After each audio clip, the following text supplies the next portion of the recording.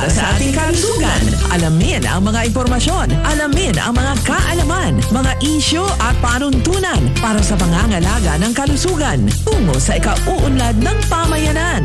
Talakayan para sa ating kalusugan. Mapapakinggan tuwing una at pangatlong Martes ng bawat buwan. Alas 11 hanggang alas 12 ng tanghali sa DXOM, Radyo Bida 963. Talakayan para sa ating kalusugan. Hatid sa inyo ng DOH, Center for Health Development, Sorsogon Region, sa pangunguna ni Director Aristides Concepcion Tan.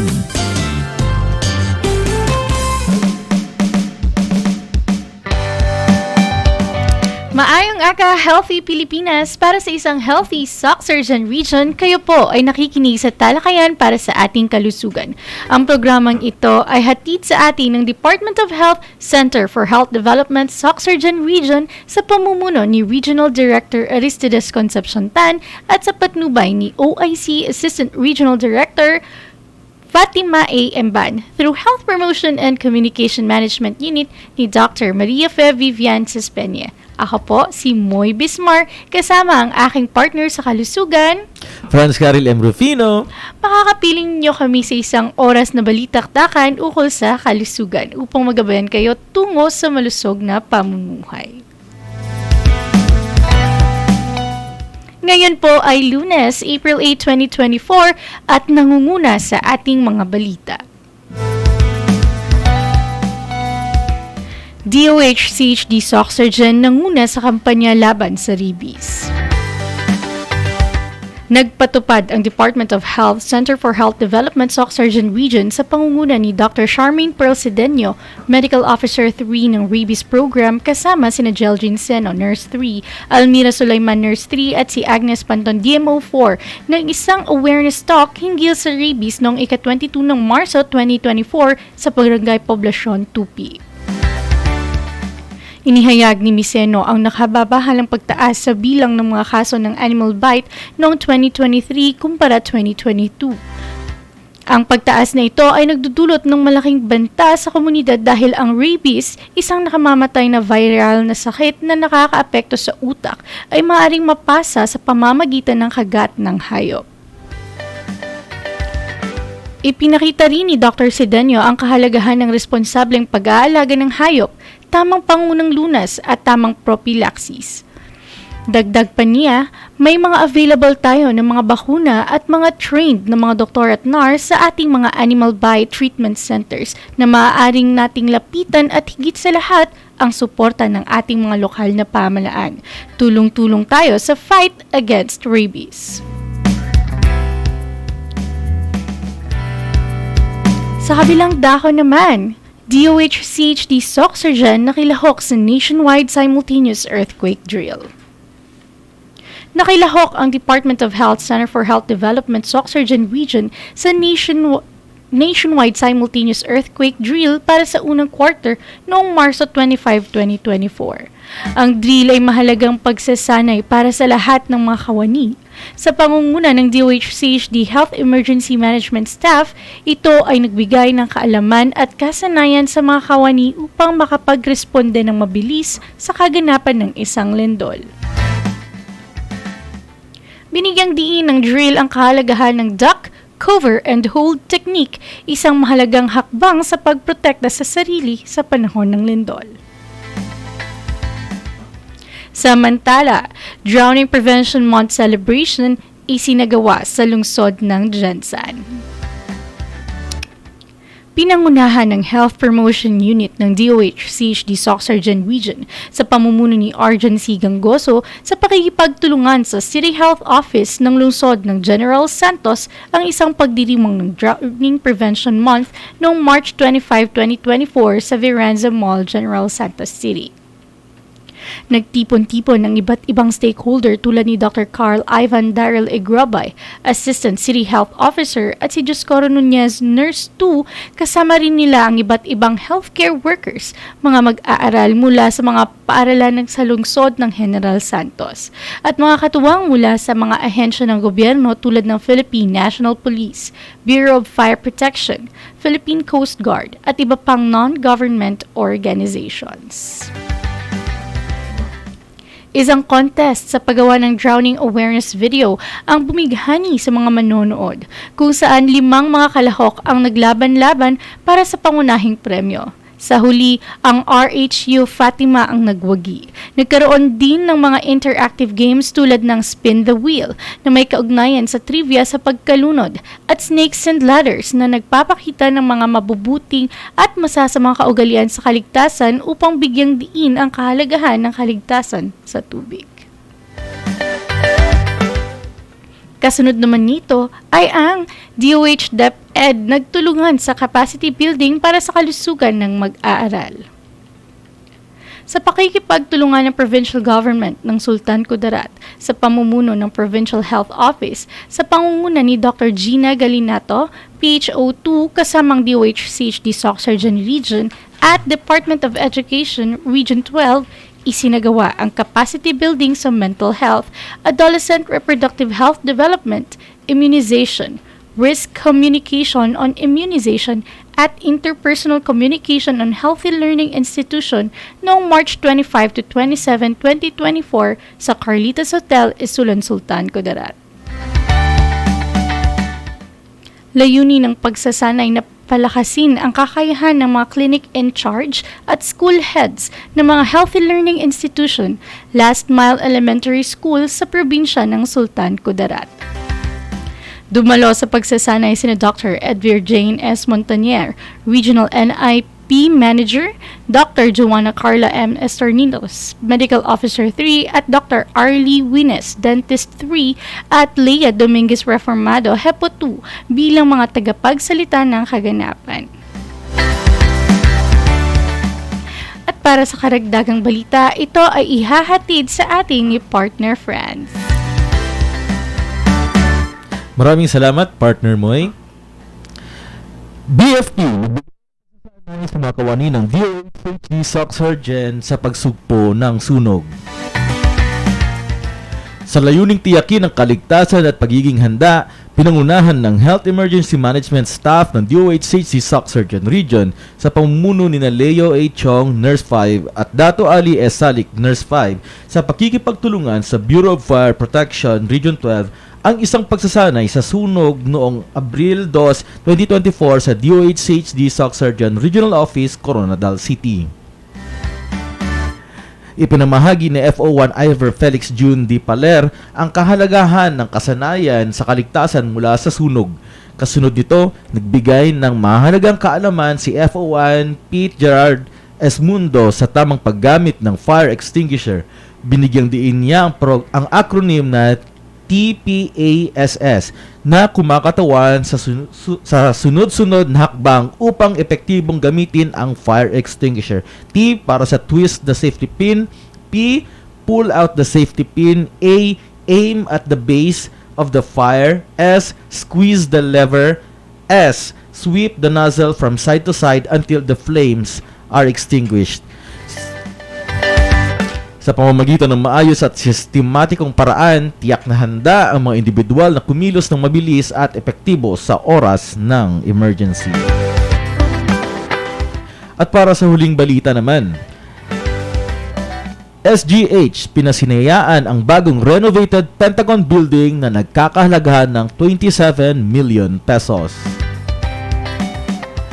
Nagdiwang ng bagong tagumpay ang Soc Surgeon General Hospital noong April 3, 2024 sa pamamagitan ng pagsasagawa ng blessing and ceremonial ribbon cutting sa kanilang bagong renovated Pentagon Building sa Barangay Dahay, Suralas South, Cotabato. Ang proyekto ay pinondohan ng Department of Health Facility Enhancement Program sa halagang 27 million pesos. Dumalo sa okasyon ang mga lokal na opisyal ng pamahalaan kasama sina Congressman Peter B. Miguel ng 2nd District of South Cotabato, Vice Governor Arthur Y. Pingoy ng South Cotabato at Vice Mayor Antonio O. Bendita ng Municipality ng Surala. Nagpakita rin ng kanilang suporta si Dr. Fatima A. Imban, OIC Assistant Regional Director ng DOH-CHD Soc Surgeon, kasama ang HFEP at ang Regulations Licensing and Enforcement Division Team. Ang pag-renovate ng Pentagon Building ay nagpapakita ng isang mahalagang hakbang patungo sa hinaharap para sa Soc Surgeon General Hospital. sa pamamagitan ng pagpapabuti sa mga pasilidad ng ospital at posibleng pagpapalawak ng kapasidad nito, nagdaragdag ang proyekto ng access sa mga serbisyong pangkalusugan para sa mga residente ng SOCSurgen. At dumako naman tayo ngayon sa ating April 2024 health programs. Ngayong buwan ng Abril nga ay ginugunita natin ang National Hemophilia Awareness Month. Ang hemophilia ay isang pambihirang sakit na namamana at nagdudulot ng labis na pagdurugo tuwing nasusugatan, kahit gaano man kaliit. Suportahan natin ang pagbibigay ng access sa sapat na pangangalaga para sa mga nakakaranas ng sakit na ito. Maagang magpakonsulta at 7 Healthy Habits susi sa pag-iwas sa malalang sakit. Tuwing unang linggo ng Abril ay ginugunita natin ang World Health Worker Week. Sila ang ating mga mapag-arugang frontliners sa kalusugan, ang ating healthcare workers. Magbahagi ng mensahe ng pasasalamat sa isang healthcare worker na kilala mo. Maligayang World Health Worker Week. Mga nanay at tatay, pinaka-epektibong paraan laban sa mapanganib na mga sakit tulad ng tigdas, polio at rubella ay ang kumpletong bakuna. Libre, ligtas at epektibo ang mga bakunang ibinibigay sa mga health centers. Kumpletuhin ang bakuna ni baby bago siya mag-1 taon ayon sa kanyang immunization schedule. Tulungan natin silang mabuhay ng malusog. #GetVaccinated ngayong World Immunization Week. Ngayong April 25 naman ay ang World Malaria Day. Ang malaria ay isa na nakamamatay na sakit na dulot ng parasitong Plasmodium at kadalasang naipapasa sa mga tao sa pamamagitan ng kagatang lamok na Anopheles. Kapag di nagamot, ang impeksyon ay maaaring humantong sa diwastong paggana ng bato, seizure, matagal na kawalan ng malay at kamatayan. Bagamat nakakamatay, ang mga sakit na ito ay madaling maiwasan sa pamamagitan ng paglinis ng ating kapaligiran, self-protective measures at aksyon ng ating komunidad. Mapupuksa natin ang malaria sa bansa. Binibigyang kamalayan rin natin ang Head and Neck Consciousness Week at ang World Health Day ngayong April 7. Pertigid ya kainit, no? Araw na gid ang summer kag the heat is real. Tandaan, nagaumpisa sa tao nga may nabalaan ang pagiging handa. Mas protektado ang pamilya kung tanan kita handa. Balanon ang mga nagalain-lain nga health emergencies, sintomas ng heat stroke, kag mga first aid sa heat emergencies to beat the heat. Hiring din po ang DOH-CHC SOCSurgen Region ng mga sumusunod. Isang plantilla position ng Development Management Officer 3, isang PS Contractual na Nurse 2, at isang PS Contractual Midwife 2 para sa Sarangani Province, at isang PS Contractual Nurse 2 para sa South Cotabato Province. Para sa mga karagdagang impormasyon, bisitahin lamang ang DOH-CHC SOCSurgen Region official Facebook page, hanapin ang link at mag-register sa bagong DOH-CHC SOCSurgen Region Job Portal. At yan po ang ating mga health programs ngayong buwan ng Abril. Ito po muli, si Franz Karen Rufino. Balik sa iyo, partner sa kalusugan mo eh. Ayan, thank you partner. At dyan po nagtatapos ang aming nakalap ng mga balita. Hatid sa atin ng DOH-CHD SOCSurgen Communication Management Unit. Serbisyong urgent, serbisyong SOCSurgen. Ako po muli, si Moy Besmar. Manatili po kayong nakaantabay sa ating programa at sa pagbabalik atin pong pag-usapan ang World Health Worker Week, featuring our medication expert or ang ating pharmacist. Kaya manatili po kayong nakaantabay dito lang sa Talakayan para sa ating kalusugan. Mga nanay at mga tatay, ang pinaka-epektibong paraan laban sa panganib na dala ng mga sakit tulad ng tigdas, polio at rubella ay ang kumpletong bakuna. Libre, ligtas at epektibo ang mga bakunang ibinibigay sa mga health centers. Kumpletuhin lamang ang bakuna ni baby bago siya mag-1 taon. Pag kumpleto ang bakuna, maganda ang future niya. Tandaan, ang pinaka-epektibong paraan upang masugpo ang pagkalat ng sakit ay sa pamamagitan ng ng immunization o pagbabakuna. Pumunta sa pinakamalapit na health center sa inyong lugar. Magpabakuna para sa Healthy Pilipinas. Isang paalaala mula sa DOH, Center for Health Development, Sorsogon Region, sa pagdiriwang ng World Immunization Week. Ano nga ba ang malaria? Ang malaria ay isang nakamamatay na sakit na dulot ng parasitong Plasmodium at kadalasang naipapasa sa mga tao sa pamamagitan ng kagat ng lamok na Anopheles. Kapag hindi nagamot, ang impeksyon ay maaring humantong sa hindi wastong paggana ng bato o kidney failure, seizure, matagal na kawalan ng malay o coma at kamatayan. Bagamat nakamamatay ang sakit na ito, ay madaling maiiwasan. Maglinis ng ating kapaligiran, gumamit ng muskitero o screen sa bahay, at puksain ang mga pinamumugaran ng lamok. Ang paalalang ito ay hatid sa inyo ng DOH at CHD Sorsogon Region sa pagdiriwang ng World Malaria Day. Talakayan para sa ating kalusugan. Alamin ang mga impormasyon, alamin ang mga kaalaman, mga isyu at panuntunan para sa pangangalaga ng kalusugan tungo sa ikauunlad ng pamayanan. Talakayan para sa ating kalusugan. Mapapakinggan tuwing una at pangatlong Martes ng bawat buwan. Alas 11 hanggang alas 12 ng tanghali sa DXOM Radyo Bida 963. Talakayan para sa ating kalusugan. Hatid sa inyo ng DOH, Center for Health Development, Sorsogon Region, sa pangunguna ni Director Aristides Concepcion Tan.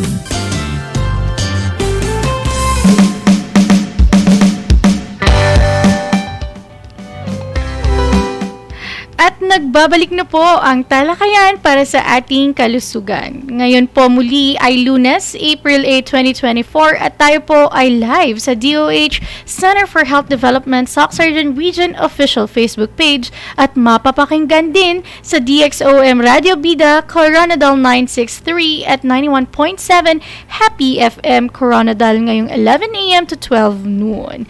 Ayan, so good morning partner and happy World Health Worker Week. Yan, yes. Good morning, partner, and happy Health Worker Week din sa iyo. Ayan. So, ayan, sa ating mga friends din, no, na doctors, Yes. nurses, hello po. Happy Opo. World Health Sa Worker lahat na Week. nakikinig na mga kasamahan naming health worker, happy Health Worker Week sa inyo po. Ayan. 'Di ba? So, bakit nga ba natin, no? Or nga kita nag-celebrate sa World Health Worker Week subong. Yeah. Kag mas nami pagina kay subong may ara papagid kita sa special guest. Yes, special good ang guest naton.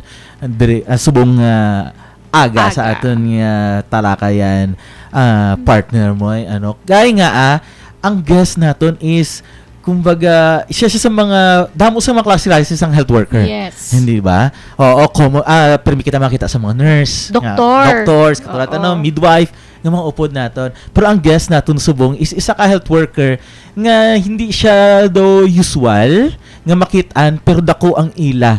Nga bulig kag contribution. Lalo na sa aton nga sa ato nga health kag pagiging healthy gihapon. Ayan. So, help me welcome to talakayan sa ating kalusugan, Miss Pamela Jerine Salaver, registered pharmacist and pharmacist 2 of DOH-CHD Sorsogon Region. Ayan. Yes.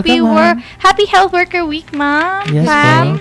Good morning po Yes. sa inyo, Miss Moy and Sir Franz. And magandang umaga po sa lahat ng tagapakinig natin dyan sa ating Facebook page at sa DXOM Radyo Bida Coronadal at 91.7 Happy FM Coronadal.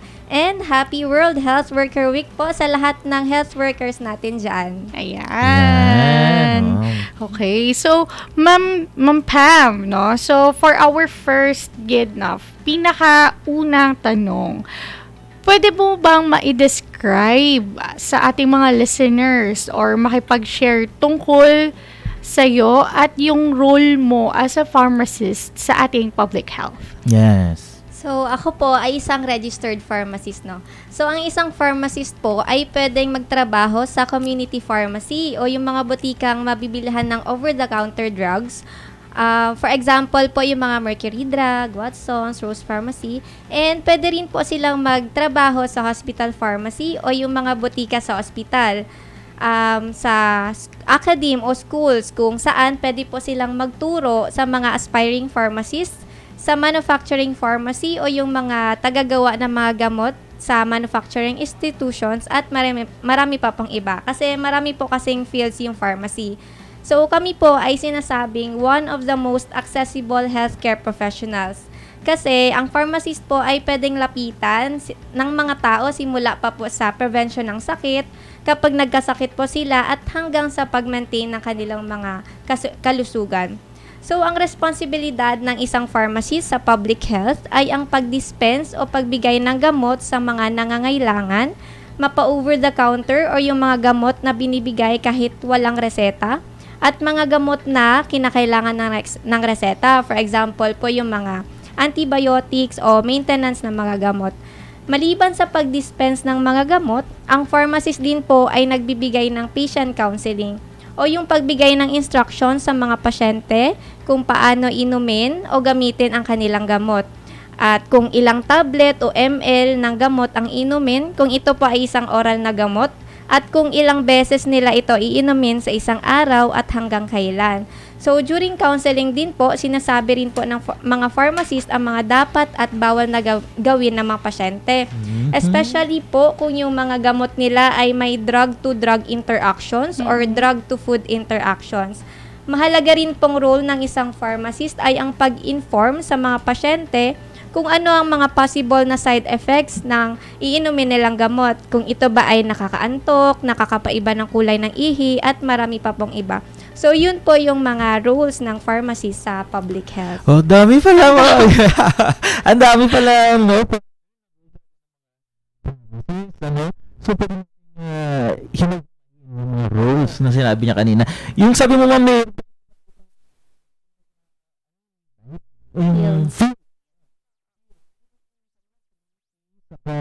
Hospital pharmacy. hospital and Community. Academe, Academe. manufacturing, okay. So pag sinabing community, yun yung mga nasa drugstore. drugstores Drugstores, natin. oo. Oo. Kasi Retails. yan. Retail drugstores. Yung sa drugstores naman kasi, ilan ba yung pharmacist usually sa isang nasa drugstore po ba? Depende po depende sa laki ng drugstore din. Kung marami po siyang laman, syempre mas marami po yung mga pharmacist Pharmacist na na kailangan. Okay. Yung common, yung mga tao, pag pumunta kasi sa pharmacy, maraming staff dyan eh. Minsan hindi nila distinguish ata kung sino yung Mga pharmacist. and Oo. governor, Yung ganun po ba? Opo. Bale, kasama po ng mga pharmacist, yung mga pharmacy assistants natin. So, they assist the pharmacist in dispensing the medicine. So, makapag-dispense lang po si PA or pharmacy assistant kapag may supervision po ni pharmacist. Si pharmacist. Especially po sa mga gamot na required na mga prescription. For example, antibiotics po. Tsaka partner, importante talaga yung health education when it comes Yeah. to medications, di ba Medications, po? nasabi So, ni ma'am. kailangan talaga, upon dispensing, kailangan na-explain po talaga yun, no? Ng ating mga pharmacists sa ating mga patients. Kasi Yeah. importante talaga yun, yung malaman talaga ng end user or ng mga pasyente kung para sa yung gamot na binibili nila. Yes. Lalong-lalo na yung sinabi ni Ma'am Pam, yung mga adverse reactions or Side effects. side effects ng mga gamot na ito. Oo, kasi marami yan bumibili, hindi rin nila alam kung ano yung nagiging epekto minsan Oo. ng gamot. And gusto ko yung sabi ni Ma'am kanina na isa sila sa mga yung accessible. Yes, Sila accessible. Most healthcare. accessible kasi nga from prevention Yes. no, hanggang sa yung pag-inom na talaga ng gamot, pag-maintain is pwede kayong lumapit. Okay, yung sa mga nakikinig po ha, sabi nga ni Ma'am, pwedeng lumapit sa pharmacist para magtanong. Yes. Kung ano Huwag yun? mahiyang Huwag magtanong. mahiyang magtanong yan. Sabi yung isang tagline na na sikat sa TV, huwag mahiyang magtanong. Para sa lahat yan. Huwag mahiyang magtanong. Okay. So, yung next question natin, Ma'am Pam, no? Sa World Health Worker Week, highlights all healthcare professionals. So, lahat po ng healthcare workers ito. What are some unique contributions or what are some unique contributions of pharmacists to make the public health especially in public health in the Philippines. Yes. Okay, so lahat naman po ng health workers ay may kanya-kanyang contribution sa public health. So bilang isang pharmacist po, ang unique na contribution namin ay ang pagbigay ng information sa mga tao kung paano i-prevent o pigilan yung mga sakit o ang paglala nito. For example po ay ang pakikiisa namin sa mga disease prevention and control programs ng DOH. Isa po dito ang pakikiisa namin sa immunization programs. True. Lalo na sa napapanahong usapin ngayon ng pertussis o Yes. whooping cough. Tsaka measles. Kung saan apektado po yung mga batang less than 6 months old or yung mga batang walang sapat na bakuna. So, bilang pharmacist po, kami po ay nagbibigay ng mga pentavalent vaccine o yung mga bakuna na prevention laban sa pertussis. So, through that, maiwasan po natin yung pagkalat ng sakit. Yeah. So sa community yun yung nagiging role ninyo, ma'am, ano. Ang community pharmacist na sinasabi, yan ba yung saan ba sila nakikita? Sa mga butika like Butika din. drugstore, retail drugstore. Retail drugstores. Opo. Aside from that, meron bang mga butika na yung sa gobyerno na tinatawag? Meron naman po sa mga rural health units. Rural health units. Opo, meron. Okay. So pwede doon. Nakikita po. din doon. Mm-mm. Ano? Okay. So to add lang no, yung sinabi ni Ma'am Pam no sa aton nga taga Panamati kag sa viewers nato no, ang role nila as pharmacist lalong-lalo na sa aton sa public health is sila ang nagahatag sang health promotion and of course sa napapanahon subong sakit nga gaburutwa no, lalong-lalo na pertussis kag ang measles no. So sila kumbaga ila na nga trabaho ang mag-explain kung ano ang trabaho or kung ano ang pwede nga mabulig sang pentavalent vaccine Yes. sa mga bata nag-edad 6 months below. So, nasabi mo kanina, ma'am, para tumutulong kayo sa promotion. Tama? Meron ba kayong, basically sa'yo, in your experience, ano yung mga challenges na nakaharap nyo when it comes sa mga ganun na sitwasyon? Ang challenge po is yung ipaintindi sa pasyente, yung pagsunod nila sa mga gamutan nila. So, opo. Kasi, sabi ko nga, may patient counseling kami. Yeah. So, kahit na 1 hour pa kami mag-patient counsel sa isang pasyente, kung hindi naman po sila susunod sa mga sinasabi ng pharmacist or ng doktor or yung medication adherence po nila, no, wala rin po. Hindi po masusolusyonan yung sakit nila. So, yun po yung para sa akin na biggest challenge as a pharmacist in public health. Yung pasunurin po sila. Oo. Ipaintindi sila. Bakit kaya? No, 'di ba? Lalong-lalo na no, magsunod kita sa maintenance. sa bulong. Na kumbaga pag meron silang tanong, lumalapit sila sa mga healthcare workers. Pero pag hindi nila gusto yung sagot mo, hindi ka na nila susundin, parang gano'n po ba? Yung dating. Pa-feel. Oo, pa-feel lang ang nila, no? And another challenge, ma'am, marami bang kayo na-encounter na halimbawa yung gamot? Kumbaga, yun nga, sila lang din yung nagde-decide, parang gano'n. Yes po. Yung self-medication. Yung tawag self-medicating. doon. Oo. Opo. So, yung self-medication po, yung parang pag-inom ng mga pasyente ng sa kanila lang. Sila lang po yung nag-iisip na ito po yung inumin nila. So, as a pharmacist po, okay lang po mag-self-medicate as long as hindi po habang buhay na mag-self-medicate po yung pasyente. What I mean is nakadepende po sa severity ng sakit ng pasyente, yung pag-self-medicate. For example po, inuubo yung isang pasyente. Pwede naman po siyang uminom ng over-the-counter medicines na para sa ubo. Pero kung ang pasyente po ay may sobra na sa 3 araw na ubo, lalo na kung hindi pa rin nawawala yung ubo niya, no? Kahit na umiinom na siya ng anti-cough medicines, ina-advise na po namin as a pharmacist na magpakonsulta na sa mga doktor para maagapan po kung ano yung mga cause ng ubo niya and baka kailangan niya na rin po nung antibiotic. Antibiotic. Opo.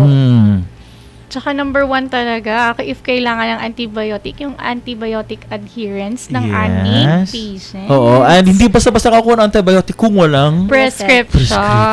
Reseta. Yan, Reseta reseta. gid mga abyan, no? Ang Yes. kinahanglan. Kaya hindi ka pwede basta-basta makakuha sang antibiotic or makabakal antibiotic hasta wala sang reseta.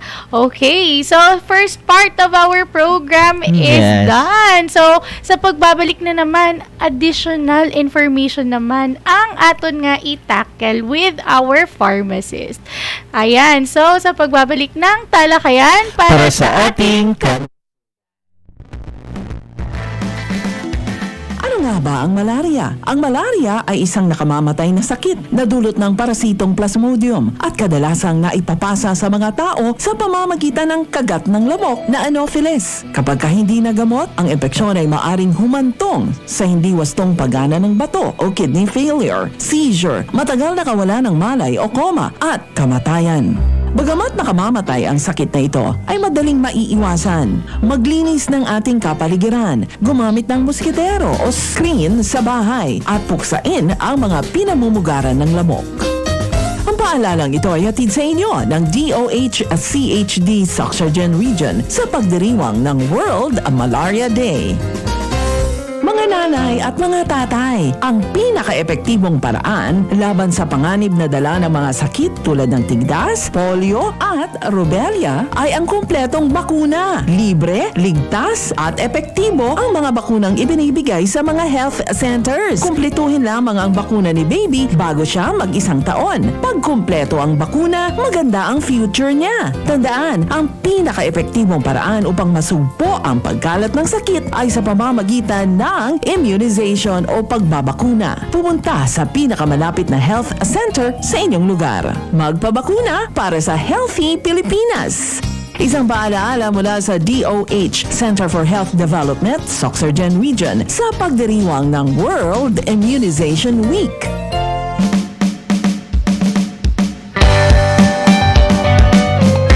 Ayan, at nagbabalik na po ang talakayan para sa ating kalusugan. So, partner and Ma'am Pam, Yes. di ba, we ended our first part sa antibiotic, Yes, di ba? Ang antibiotic. antibiotic, kinahanglan nga may ara ka sang prescription o reseta bago ka makabakal, no? Importante gid ini siya, guys. So, in relation to our next question, no, antibiotic resistance naman. So, usually, here in the Philippines, nag-atubang kita sa mga lain-lain nga public health concerns. Isa na diri kag nagapanguna ang antibiotic resistance. So, ano naman ang role sa mga pharmacist o ano po yung role natin sa ganitong problema in combating this issue? Okay. Actually po, na hindi lang siya antibiotic resistance, kundi antimicrobial resistance. Opo. Antimicrobial. So, para po mas maintindihan ng nakararami yung antimicrobial resistance, alamin po muna natin kung ano yung antimicrobials. So, ang antimicrobials po ay ang mga gamot na pumapatay o pumipigil sa pagkalat ng germs o mikrobyo at ginagamit din sa paggamot ng mga infectious diseases.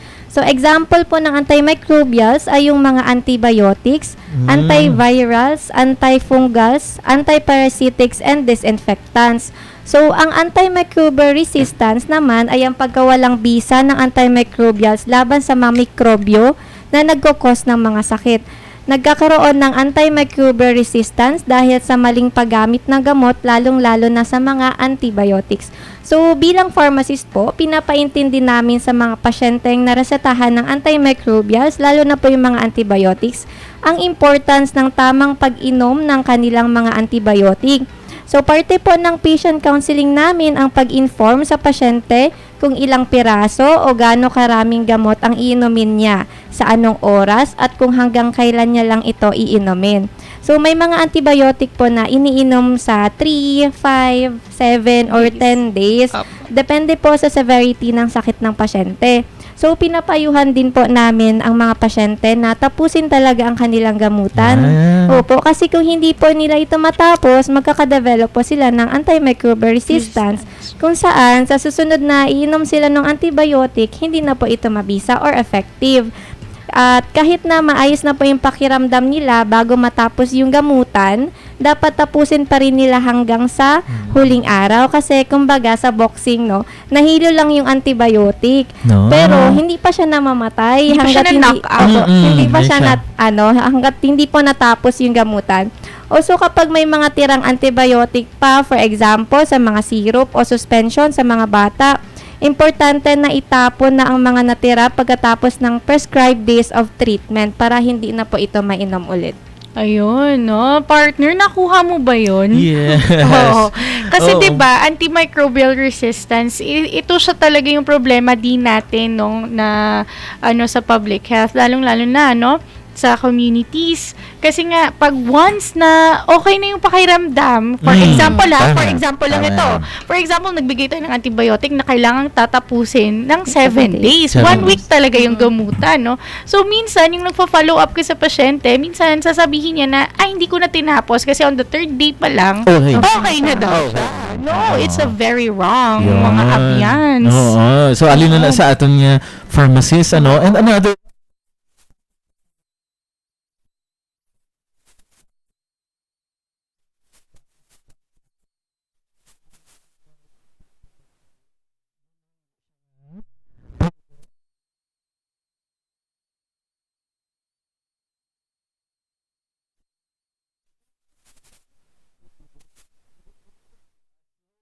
ano na siya na ang tama na pag-inom sa gamot importante gihapon.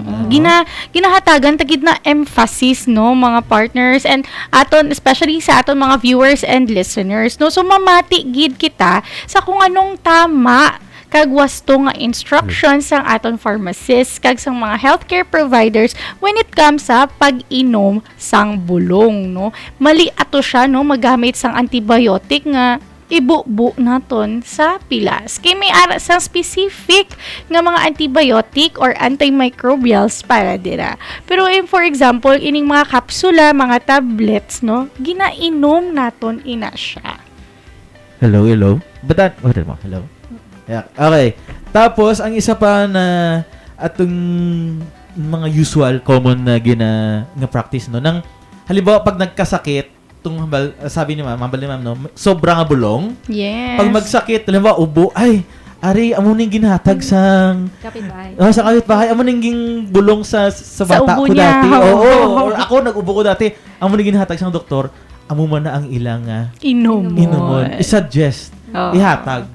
So, amo ganito hambal ni ma'am, 'di ba, mga aton nga viewers and listeners, may kanya-kanya nga treatment regimen plan ang kada isa nga pasyente. Yan. oo. Importante gid nga matandaan naton ina siya. Yes. Oo. Oo. Okay. How about sa anong mga ibang mga programs na mga like halimbawa sa tinatawag na sa subong sa diabetes. Oo, nagataas ang kaso, mga muna sa high blood. Ano bang mga ang mga paano mag-advise ang mga pharmacists natin sina when it comes sa managing sa ilang mga bulong? Okay po. So, ang diabetes po, no, ay isa sa mga non-communicable diseases na kung saan yung isang diabetic patient may mataas na sugar level sa dugo. It can be hereditary or namamana and or caused by lifestyle imbalance. So, as a pharmacist po, nagbibigay po kami ng patient education or counseling tungkol sa sakit na diabetes at kung paano ito ay ginagamot. Also, kapag may niresetang gamot sa diabetes, ini-inform pa rin po namin yung pasyente kung paano iinumin ang gamot, kung ilang beses sa isang araw, at kung ilang buwan ito iinumin. So, ina-advise po namin ang mga pasyenteng may diabetes na magpakonsulta ulit sa doktor kapag natapos ang pag-inom nila sa nasabing buwan para mapacheck ulit ang blood sugar nila, kung effective pa ba ang niresetang gamot o hindi na. Kasi kung hindi na po ito effective, hindi na bumababa yung blood sugar to its normal levels, kinakailangan na magreseta ng bagong gamot nung doktor nila. So importante gid, no, sa aton nga mga viewers and listeners, no, as per paghambal ni Ma'am Pam nga for may kita sang gina-maintain nga bulong, essential gid, no, nga dapat every 3 months may follow up. Yes, check follow up up, check kita up. sa aton nga doktor. Yeah, so tama. May iba na nga pagkuan niya sang paghatag sa ila sang bulong hindi nila balaan kung hastasan or iban buot-buot ng term nila gani. Hindi na mag-follow up. Oo, kung saan ulang nila feel. Ano mo, no? So, importante gid gihapon nga maski may ara kita sang maintenance no nga mas ma-check gid naton every 3 months. Magbalik gid kita sa aton nga doktor para ma-check gid no labi na gid ang blood chem no. Usually sa parehas example naton is diabetes no. Yes. Kaya kung hindi na daw effective ang bulong, pwede ina siya nga maislan na sa bag-o nga maintenance ang aton nga doktor. Kag ari pagid mga abyan ang diabetes, di ba? It's either mamana siya or lifestyle siya nga makuha. Yeah. Ibig sabihin sa aton nga pagkaon, sa aton nga mga activity sa life, no? Sa life din. Oo, dili naton makuha ang diabetes, abi. Yeah. So, how about sa vaccinations naman, ma'am? Actually, I am atong especially halimbawa isulod ko na lang tong pag COVID-19 naton nga sitwasyon damo mga tao makita nila mga nurse, doctor, midwives pero hindi nila balaan nadako ang ang role man gihapon sang pharmacist sang time nga to, hindi ba? Opo, nung COVID-19 vaccine, no, COVID-19 na pandemic, hindi pa po ako part ng DOH, pero alam ko po na ang role ng isang pharmacist during the pandemic was, vaccinators po sila. Yeah, Actually, nung nasa, pa po ako, dyan na, public government hospital nung COVID-19 pandemic, nakapag-train po ako ng parang immunizing pharmacist as COVID-19 vaccinator. So, na-train po ako actually ng NIP natin, ng DOH. Opo, wala pa po ako sa DOH. So, na-train po ako paano mag-inject o magturok ng COVID-19 vaccine when kung for example, makukulangan na po tayo ng vaccinators during the pandemic. So, yun po yung role ng isang pharmacist during nung COVID-19 pandemic. And also, yung preparations ng mga vaccines. Opo. Kasi ang Pfizer, diba? Ang daming preparations may mga vaccines before na magbibigay tayo ng very Pfizer. Sensitive. Yes, very sensitive si Pfizer. Pfizer. So malaking role. So lahat ng mga vaccines na itinurok namin ng mga nurses is dumaan na yan sa pharmacy. So kung dahil hindi rin dahil sa pharmacist, yung mga gamot na not just the vaccine pero yung mga gamot talaga na ibibigay sa mga pasyente. Wala tayong mabibigay pag hindi dumaan sa pharmacist. At saka yung talaga, yung especially dun sa preparation ng vaccine partner, diba? Yes. Kasi when it comes kasi dun sa Pfizer, marami siyang pagdaanan. Yes, sensitive sabi nga nila. Yung gamot na yun. So kung hindi dahil sa kanila, walang may makakakuha ng ganun na klase na gamot. Yan. Okay, thank you, no? At saka one last question for this part, no? So, what are some of the biggest challenges pharmacists face in the Philippines when it comes to public health initiatives? Lalong-lalo na sa access to medications, yung human health resources din natin sa pharmacies. Yeah. So, yun po. Yung sabi ko kanina na biggest challenge po ng mga pharmacies is yung medication adherence, yung pagsundod ng pasyente sa kanilang gamutan.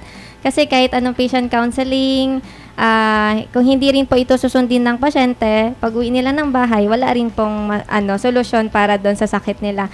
Kasi when it comes to access to medications naman, meron naman po tayong mapagkukunan ng mga gamot. So, for example, yung mga city health offices natin, rural health units, and sa mga barangay health stations. Centers, meron naman pong piling available at libreng gamot. So, nakadepende po talaga sa pasyente kung susunod sila sa mga instructions sa pag-uwi nila ng bahay. And yun po, sa tingin ko, yung mahirap na challenge sa mga pharmacists. Yung sabi mo nga, ma'am, na access sa gamot, bakit mayroon mga yung mga ibang tindahan, like yung mga sari-sari store, nakakuha sila ng mga, yung ibang gamot na tawag yan, yung may mga antibiotics sila, mga ganun. With the counter na siya. Malaking problema po ba yun? Opo, malaking problema po yun. Kasi, syempre, dapat, ang gamot, kapag may gamot, may pharmacist po. Yeah. So, ang mga sari-sari store, hindi po nila sure kung naka-storage conditions pa po. Nakapasok pa sa storage conditions yung mga gamot na nilalagay nila sa sari-sari store. For example, yung mga antibiotic, ilalagay lang nila sa sari-sari store nila. Tapos hindi nila alam na sobra na pong init pala doon sa store. So, bibili yung pasyente doon. So, akala ng pasyente gagaling siya pero hindi kasi nawawalan ng potency or effectivity yung efficacy yung gamot. Opo. So yun, malaking problema po talaga yun yung nagbebenta yung mga sari-sari store. Sa retails, no? Kasi hindi naman talaga sila mga pharmacy. Pharmacies. So ano pong ma-advise nyo dyan, Ma'am Pam, sa ating mga when it comes to medication access? So, kung ganun po, hindi naman po talaga natin maiwasan. For example, malayo po tayo sa mga ating facilities, health facilities. Tapos, sari-sari store na lang meron, no? Pero, make sure pa rin po na pwede kayong magtanong sa ating mga healthcare professionals, for example, sa mga pharmacists kung tama ba itong gamot na binili ko sa sari-sari store ko lang po ito nakita. Tapos, baka kasi, pwede rin po kasi maging counterfeit yung drugs, for example, sa mga sari-sari store. O counterfeit or fake. So, yung fake po ng mga medicines, delikado rin po yan siya sa mga pasyente kasi baka may mga biodegradable products na na-build na doon sa loob ng gamot. So, parang makakasama pa po siya lalo ng pasyente kung gano'n. So, yun po. Kung bibili naman, dapat magtanong pa rin kung tama po yung binili o iinumin. So, yun. Okay. So, pagpatuloy natin ito, partner. Matapos lang ang ating commercial muna. So, babalik po tayo. At ito po ang talakayan para sa ating kalusugan.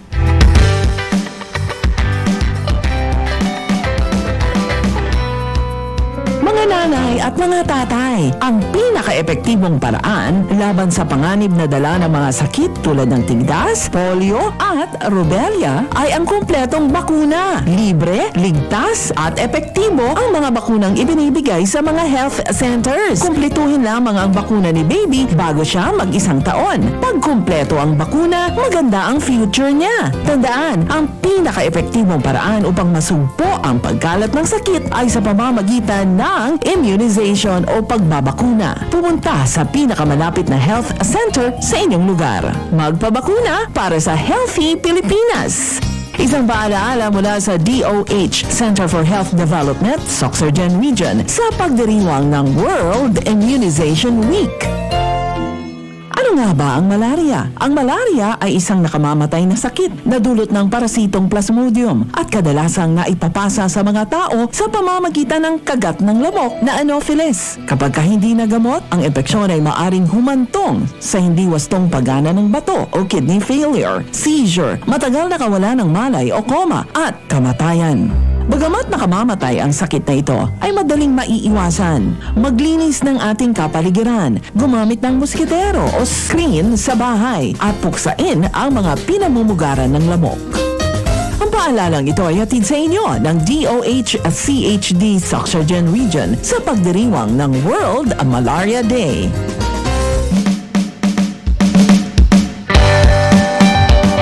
Ayan, at welcome back to Talakayan para sa ating kalusugan. Again, liwaton ko lang gid ang gin-emphasize sa aton nga pharmacist, no, sa aton tanan nga listeners nga viewers, no, when it comes naman sa medication, pwede gid kita makapalapit sa aton nga mga barangay health centers nga pwede kita magpa-check up kag may ara sa mga pili nga mga libre nga bulong, no. Kung hindi man siya available, pwede man makapalapit sa City Health Office or Rural Health Units. Yes. And gusto ko lang remind, we are live sa ating Facebook page sa DOHCC Sorsogon Region. Basta may ara ka mo sa mga questions nga gusto ninyo nga ipamangkot sa aton nga guest. Pwede ka mo mag-comment. Kaya na-monitor natin ang mga questions ninyo sa Facebook. Ayan. So, ang next question is, telehealth is becoming more prominent, no? So, telehealth. Teleconsulta. How can this technology be utilized by pharmacists to improve public health access sa remote areas? Okay po. So, ang telehealth po ay yung pag-distribute ng health-related services and information through electronic information and telecommunication technologies or ng ating internet. So, through telehealth or telemedicine, nagkakaroon na ng communication ang healthcare provider at ang long-distance patient kahit hindi na nila kailangang pumunta ng pasyente sa clinic. So, meron po tayong mobile applications na pwedeng gamitin ng mga pasyente para makapagtanong sa mga pharmacist tungkol sa mga gamot. Example po nito yung Swipe RX. Swipe RX app. Application, App na mobile siya. application po siya. Dina-download po ito sa ating mga mobile phones at dahil dyan po ang isang pharmacist ay mas madali nang makapagbigay aksyon sa mga pasyenteng malalayo and pwede nang magbigay ng patient counseling ang pharmacist through telepharmacy. Ayan. Telepharmacy Opo. din. Telepharmacy. No, App lang siya. Opo, application siya. Nationwide na. I mean, Apo, meron po. Actually, pati sa ibang bansa meron pong ganun eh. ganun. Swipe RX. So, Swipe RX. Pag doon, pwede sila magtanong. Pwede with po. regards sa Merong kanilang Q&A doon na portion. So, sige. itong app na ito, ma'am, libre ito siya. Opo, dina-download lang siya. Okay. Sa iOS and Android users natin, pwede pala tayong mag-download na Yes. Swipe RX. Swipe RX. So, good thing, bisa ang bayan ni ma'am, hindi na magpalapit, gid, sa mga aton nga mga clinics, Okay. kung layo, gid, ano. It's the pharmacy na nag-reach out na sa aton nga community Yes. through these applications. Or Yes. example ng mga pasyente naton nga medyo may edad, nga bubudlayan na mag-travel. Oo. So, pwede na dito kung may mga Yes. pamangkot sila. Ano. So, how about sa mga familiar ka ba sa yung ginatawag nila, ma'am, na iba si mga traditional medicine na mga Pilipino, di ba? Daw at the same time, makonect mo lang siya gihapon sa self-medication. Opo. Ano, kay kumaga imbes nga magpa-check up kung ano tong mga nakasanayan nila nga bulong. Anong inyong pwede nyo ma-comment about sa mga So, pagdating naman po sa Traditional. traditional medicine, for example po, yung mga pag-inom ng mga herbal products, herbal products. based po sa mga paniniwala or culture ng pamilya, kasali po sa patient counseling ng pharmacist yung pag-alam kung ano yung mga herbal medicines na iniinom ng pasyente para malaman kung may interactions ito at yung synthetic na gamot na iniinom niya. Opo. Meron po kasi mga herbal products na nakakasama lalo sa pasyente o yung nakakapag-counteract po ng effect ng gamot sa lalo katawan. na pag sinasabay. Opo, pag sinasabay. Minsan, kina-counteract niya, magkakawalang bisa na po yung gamot na yon kapag iniinom siya sabay with that herbal product. So, isa rin po na ina-advise ng pharmacist yung hindi po pagtigil ng pag-inom ng maintenance medicines. Yes. Opo, That's kapalit true. ng herbal dietary supplements. Yes, maraming ganyan. Opo, kasi from the word itself, supplement pa lang siya. So, it only enhances the effect of the prescribed maintenance medicine. So, kinakailangan pa rin po uminom ng pasyente ng kanilang maintenance na gamot. For example, sa diabetes, high blood pressure, and high cholesterol. And hindi lang yung kanilang herbal supplements. Yes, the Ayan. term is supplement. Opo, supplement siya. Supplement To siya, enhance no? lang To siya. enhance. So, To may iba add. na kay mahamba sila, hindi na ako mag-maintenance, kaya may ara man ko sa Opo. Amo ni nga ginainom.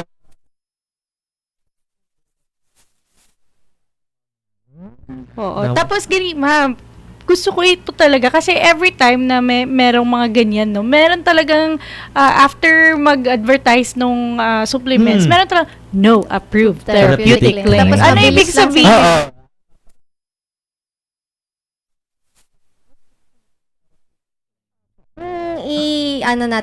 Isa-isahin natin yung no approved therapeutic claims. Ibig sabihin, hindi po siya approved na nakakagaling ng sakit. Ayan. Yun po. No approved therapeutic claims. Hindi po siya pwede mag-claim na meron siyang nakagamot talaga siya ng sakit. So, supplement lang po talaga siya. Ayun. Yes. So, mas clear, di ba, partner, para sa ating mga viewers and listeners, no? Oo. So, mas matimbang talaga yung maintenance Maintenance meds. Oo. Kaya, klaro, bisa Proven na and itong, tested yes, na bisa yun. na itong nag-advertise sila, naghambal sila, nga no approved therapeutic Therapeutic claim. claim. Problema, abikikisa na ng, Mabilis. no,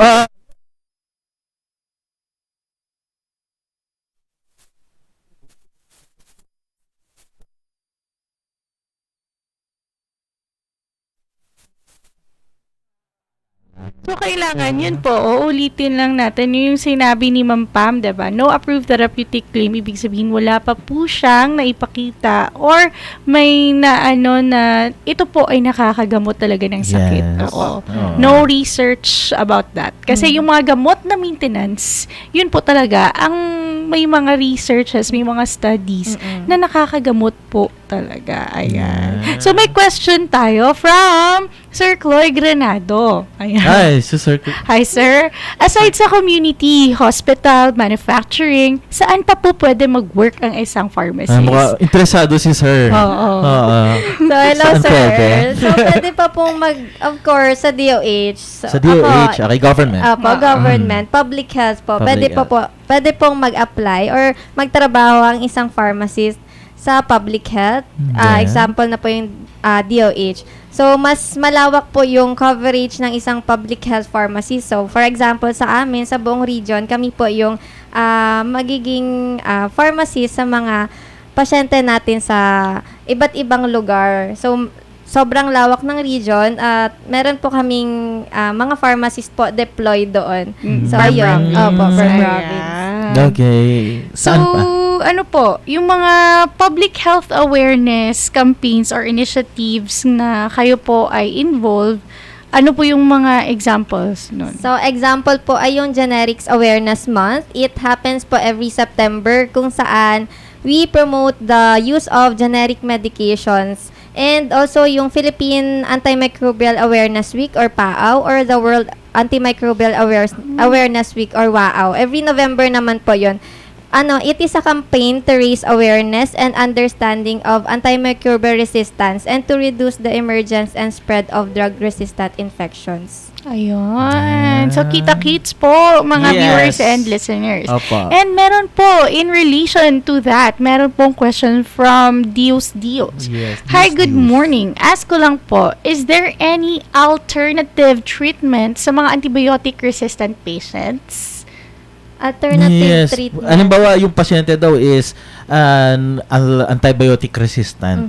O ano po ba daw, ano daw yung mga possible na pwedeng treatment? Papalitan ba yung gamot nila or ano ba yung na antibiotic Actually, nagawa sa kanila? For example, resistant na siya sa particular antibiotic. Yeah. Marami po kasing klase ng antibiotic. Antibiotics. Opo, kumbaga may level, ganun. Oo. So, kung ang isang pasyente nagkaroon ng antibiotic resistance sa isang Klase. mababang klase ng antibiotic, magpo-proceed na po siya sa higher level Higher ng antibiotic. Opo. So, habang tumataas po yung level ng antibiotic, mas mahal po actually yung gamot na yun yun. yung downside Yun po, niya. yun. Downside. Opo. Kaya importante na hindi po tayo maka-build ng antimicrobial resistance kasi actually na ako ng isang gamot na yung pinakamataas na talaga na antibiotic.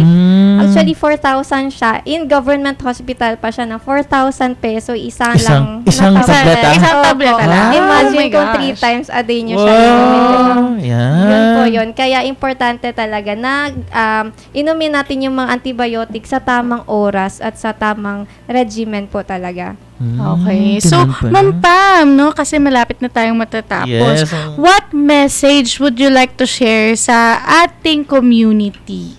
Yes, mensahe na lang sa mga lahat ng tagapakinig Nanonood. natin ngayon at nanonood sa ating Facebook. So, good morning po and happy World Health Worker Week po, especially sa ating mga healthcare workers. Continue lang po tayo na maging advocate sa mga healthcare workers po. Continue lang po tayo na maging advocate sa promotion and supporting ng positive and healthy self-care and self-management behaviors. So, continue lang po tayo sa pag-apply ng full measures of our knowledge and abilities to support the health and well-being of the patients we serve. And also sa mga naman po, sa mga tagapakinig natin, advice ko po na wag kayong mahiyang magtanong. Tama po yung sinabi ng isang pharmacy, no? Na wag mahiyang magtanong sa inyong mga pharmacist or healthcare providers. Tama po na sila po yung dapat nating lapitan kapag ayaw natin magkasakit o kung may nararamdaman na tayong sakit. Wag po nating gawing parang candy lang yung mga gamot na pupunta tayo sa butika, tas aalis na lang tayo without hearing or wala tayong naririnig kahit isa sa ating pharmacist. So, mas mabuti po na tanungin natin sila tungkol sa mga gamot na binibili natin or nireseta sa atin kasi sila po yung ating drug experts. Yan. And willing po kayong tulungan ng ating mga willing, pharmacists. willing. Okay. Huwag kayong mahiya. Ayan. So, thank you, Ma'am Pam. Thank you po talaga sa pagiging guest. Yes, marami pa ngayon. sana tayong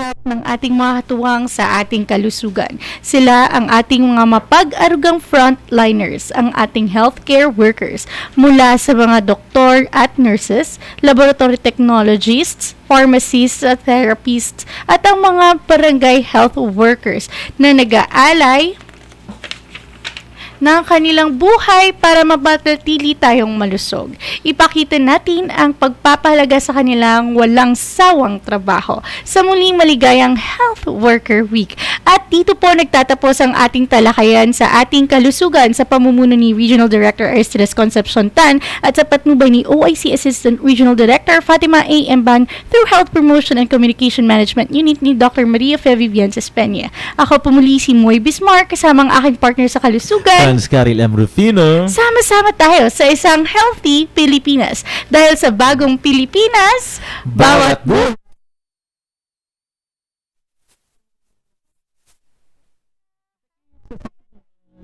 pharmacist. Talakayan para sa ating kalusugan. Alamin ang mga impormasyon, alamin ang mga kaalaman, mga isyu at panuntunan para sa pangangalaga ng kalusugan tungo sa ikauunlad ng pamayanan.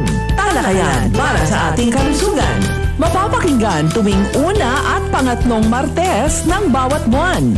Alas 11 hanggang alas 12 ng tanghali sa DXOM, Radyo Bida 963. Talakayan para sa ating kalusugan. Hatid sa inyo ng DOH, Center for Health Development, Sorsogon Region, sa pangunguna ni Director Aristides Concepcion Tan.